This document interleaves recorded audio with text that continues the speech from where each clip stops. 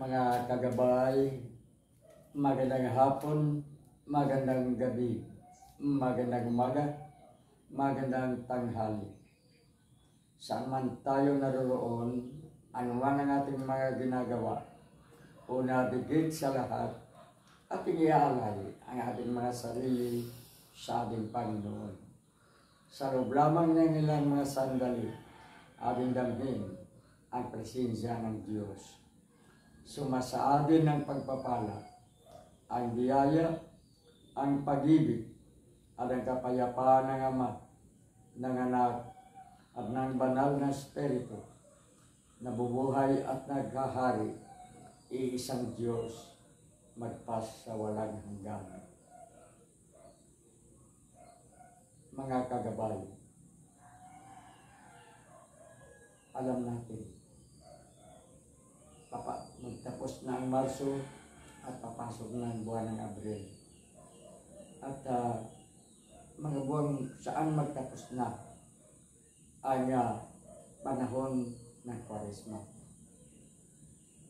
Ang panahon ng Kwaresma, binubuksan ang Ash Wednesday at nagwakas sa pag-akyat ni Jesus sa langit. Alam naman natin na sa panahon ng Kwaresma, ang pinakatampok na kasaysayan ay ang kamatayan, ang pagpagkasakit, ang pasyon ng ating Panginoon.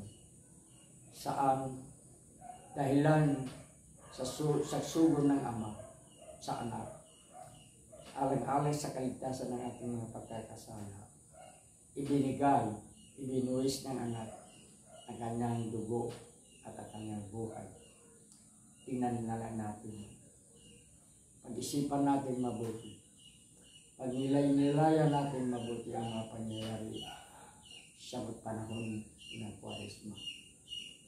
Ngunit, 3 araw matapos ang kanyang kamatayan at ang pagkalibing kay Jesus, ito ay muling nabuhay. Resurrection. Muling pagkabuhay na Jesus. At ilang araw lamang matapos ang kanyang pagpapatibay ng mga panampalataya at pananalig ng kanyang mga apostolis at ng unang mga Kristiyano, ng kanyang unang mga tagasunod, ang Panginoon, ang Anak, ay inakyat ng Ama sa langit. Saan siya ngayon ay nakaluklok sa kanan ng Ama at muling darating sa tamang panahon, sa takdang panahon na walang nakakaalam kung kailan, paano, at sa paanong paraan, at kung ano, walang nakakaalam. Ngunit ayon sa pagbubunyag, sa Revelation, isa sa mga aklat ng Biblia, sinasabing darating Anak, magkaroon ng pagkayanig ang mundo, magkaroon ng kaguluhan sa mundo, patayan, digmaan, kalamidad, sakit. Ngunit hindi ito ang tamang panahon ayon sa Biblia, basta't darating ang pangalawang pagdating ng Panginoon. Upang tulad tayong lahat, buhay man o patay, kung saan tayo. Kung sa kaharian ng Diyos ng Ama sa langit, o sa kaharian ng Satanas, sa walang hanggan pagpapakasakit at kahirapan. Kaya panahon na sa Kwaresma ito, makilala natin ang ating mga sarili.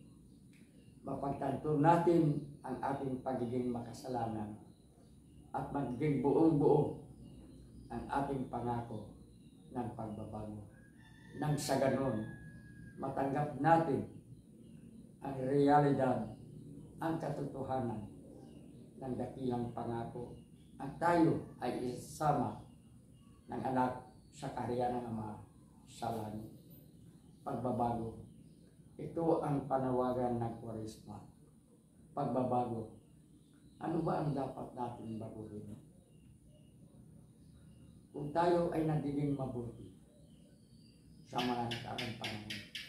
Hindi tayo magpakabuti sa darating na mga araw. Kung tayo ay nagiging masama, nagiging makasalanan pa rin, sikapin natin, iwasan na natin ang pagkakasala.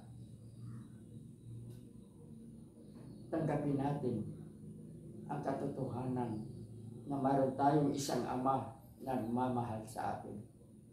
Isang Ama na nagiging anak, ibinuhos ang kanyang buhay, ipinako sa krus. Huwag natin iwanan ang lagi nating pagninilay-nilay sa isang taong nakabayubay sa krus. Alam naman natin na sa kasaysayan ng kamatayan ni Jesus, kahit na siya ay mamamatay na, kahit na siya ay naipako na sa krus, isa pa rin ang kanyang sinabi, Ama, Ama, patawarin po sila sapagkat hindi nila alam ang kanilang ginagawa. Ganyan tayo kamahal ng Diyos. Ganyan tayo inaalagaan ng Diyos.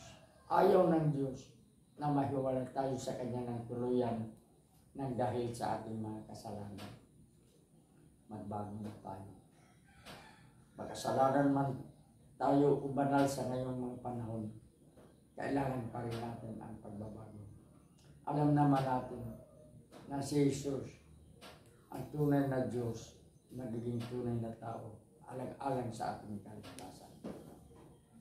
Alam naman natin na kaya ipinago at pumatay si Jesus sa krus sapagkat sa kanyang buhay sa loob ng 3 taon ipinakita niya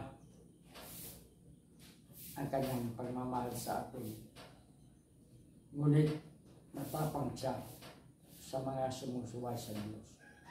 Ang mga religiyo, ang mga Parisiyo, Sadusiyo, at mga punong pari, mga paring ginagamit ang kanilang kapangyarihan sa pag-aabuso.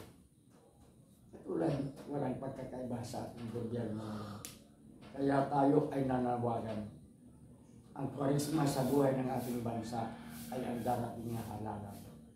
Sa halalan yan, kandidato man o butante, magbago na. Nang sa ganun, mapasa atin din ang isang gobyernong ninanais natin. Ang isang gobyernong para sa mga tao at nagmamahal sa mga tao. Hindi isang gobyerno ng mga magnanakaw, ng mga abusado, ng mga mandaramong sa taban ng bayan. Isang gobyernong nagmamahal, nagmamalasakit upang sa ganun. Tulad ng dakilang pangako ni Jesus sa atin, makamitin natin ang matagal na natin minahangal na gobyernong nais natin maranasan man lamang. Panawagan ito ng pagbabago. Pagbabago natin lahat. Pagbabago na nasa gobyerno, pagbabago ng tatayo ng gobyerno, tayong mga tao. Harinawa, ang aral sa panahon ng Kwaresma, papasok sa ating mga puso at ating isa sa buhay. Nang sa ganon, masilayan man lamang natin sa kabilang buhay ang mukha ng ating Panginoon. Magiging tunay tayong mga anak ng Diyos sa mga araw na yan.